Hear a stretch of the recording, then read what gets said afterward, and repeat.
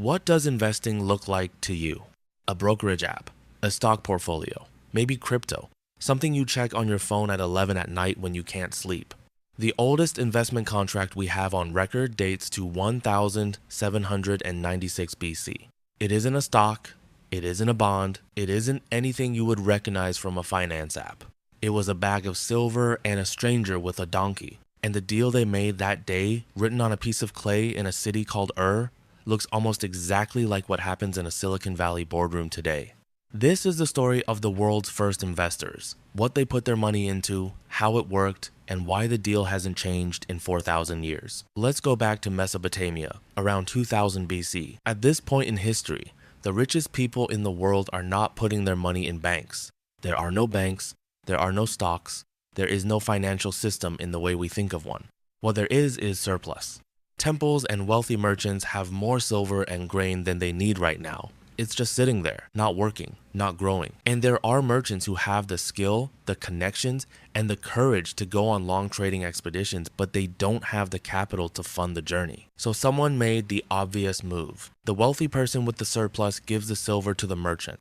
The merchant takes it on the road, buys goods in one city, sells them in another, and comes back with more than he started with. They split the profit. The investor stays home. The merchant takes the risk of the road. That's the whole deal. That is the entire structure of the world's first investment.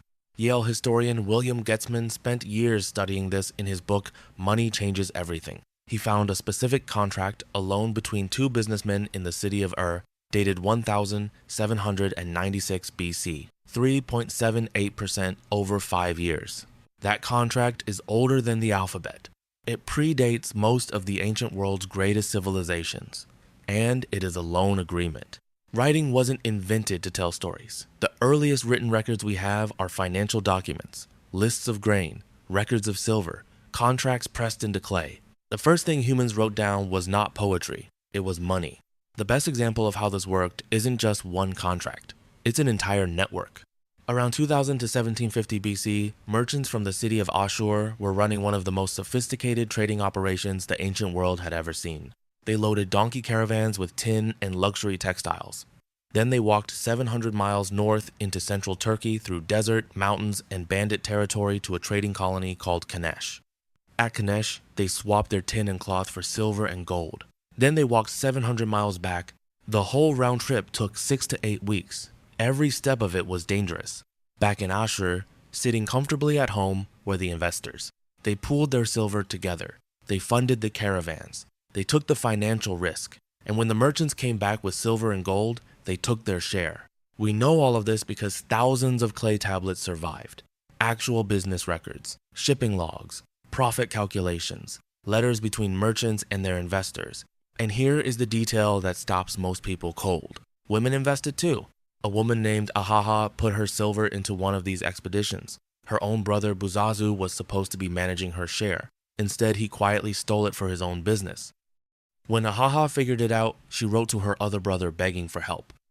Her exact words are preserved on a clay tablet. I have nothing else apart from these funds. Take care to act so that I will not be ruined. 4,000 years ago, an investment fraud committed by a family member, documented on clay. The details haven't changed either. The interest rates weren't small either. 20% per year for silver loans, 33% for grain loans. These investors expected real returns. This wasn't charity. This was business. Trading expeditions weren't the only thing they invested in. The further back you look, the more you realize people were putting money into things we still invest in today, just in older forms. Grain? Temples had massive grain surpluses and lent them out at interest. Temple loans in Sippar date as far back as 1823 BC from the Temple of Shamash, where priests lent out the god's surplus grain and silver to anyone who needed it. The priest lent grain. The borrower paid it back with more grain. The temple made money while it sat still. Land, the most reliable ancient asset. It didn't sink, it didn't run away on a donkey, it produced food every season. The wealthiest ancient families held land the way wealthy modern families hold real estate. Mining. The oldest physical share certificate in the world still exists. It's from 1288 bishop in Sweden received 1/8 of a copper mine called Stora Kopparberg in exchange for some land holdings. That document is in a museum. You can look at it. It is a share in a company. 700 years before the New York Stock Exchange opened, government contracts. In ancient Rome, private companies called societas publicanorum won contracts to collect taxes and build roads for the state. Their shares, called partes, were traded near the Temple of Castor in the Roman Forum. Cicero wrote about their prices rising and falling in the Roman Forum. People gathered at a specific spot in Rome to buy and sell pieces of these companies. That is a stock market. 2,000 years ago, now here's the part I want you to sit with. In 1156 AD, a merchant in the city of Genoa signed a contract with a silent investor before setting sail. The investor put up the capital and stayed home. The merchant made the voyage and took the physical risk. When the ship came back, they split the profits 3/4 to the investor, 1/4 to the merchant. This contract is called the commenda. It is the direct ancestor of venture capital. Today's version, an investor writes a check to a startup founder. The founder builds the company and takes the risk of building it. When the company succeeds, they split the returns. The Kanesh version, an investor gives silver to a merchant. The merchant loads the donkey and takes the risk of the road. When the caravan comes back, they split the silver. Same deal, different donkey. The thing that hasn't changed in 4,000 years is the core of every investment ever made.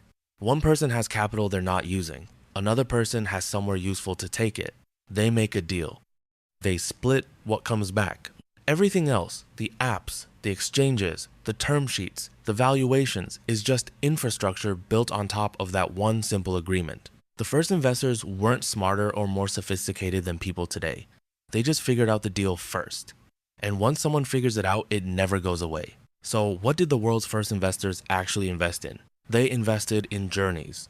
They gave their money to people willing to go somewhere they themselves would not go, to take risks they themselves would not take, to do work they themselves could not do. They funded a merchant with a donkey heading into the desert. They funded a boat heading into unknown water. They funded a caravan heading through mountains full of bandits. And in return, if the journey went well, they got back more than they gave. That's still the only reason anyone invests in anything. You give your money to someone or something that will take it somewhere. A company, a piece of land, a market, a technology. You hope the journey goes well, you hope more comes back than went out. The contract in Ur from 1796 BC and the pitch deck from last Tuesday are the same document. One is written on clay, one is written on slides. But the question at the center of both is identical. Do you trust this person enough to give them your silver? Do you believe the journey is worth taking? That question is 4,000 years old, and nobody has found a better one yet.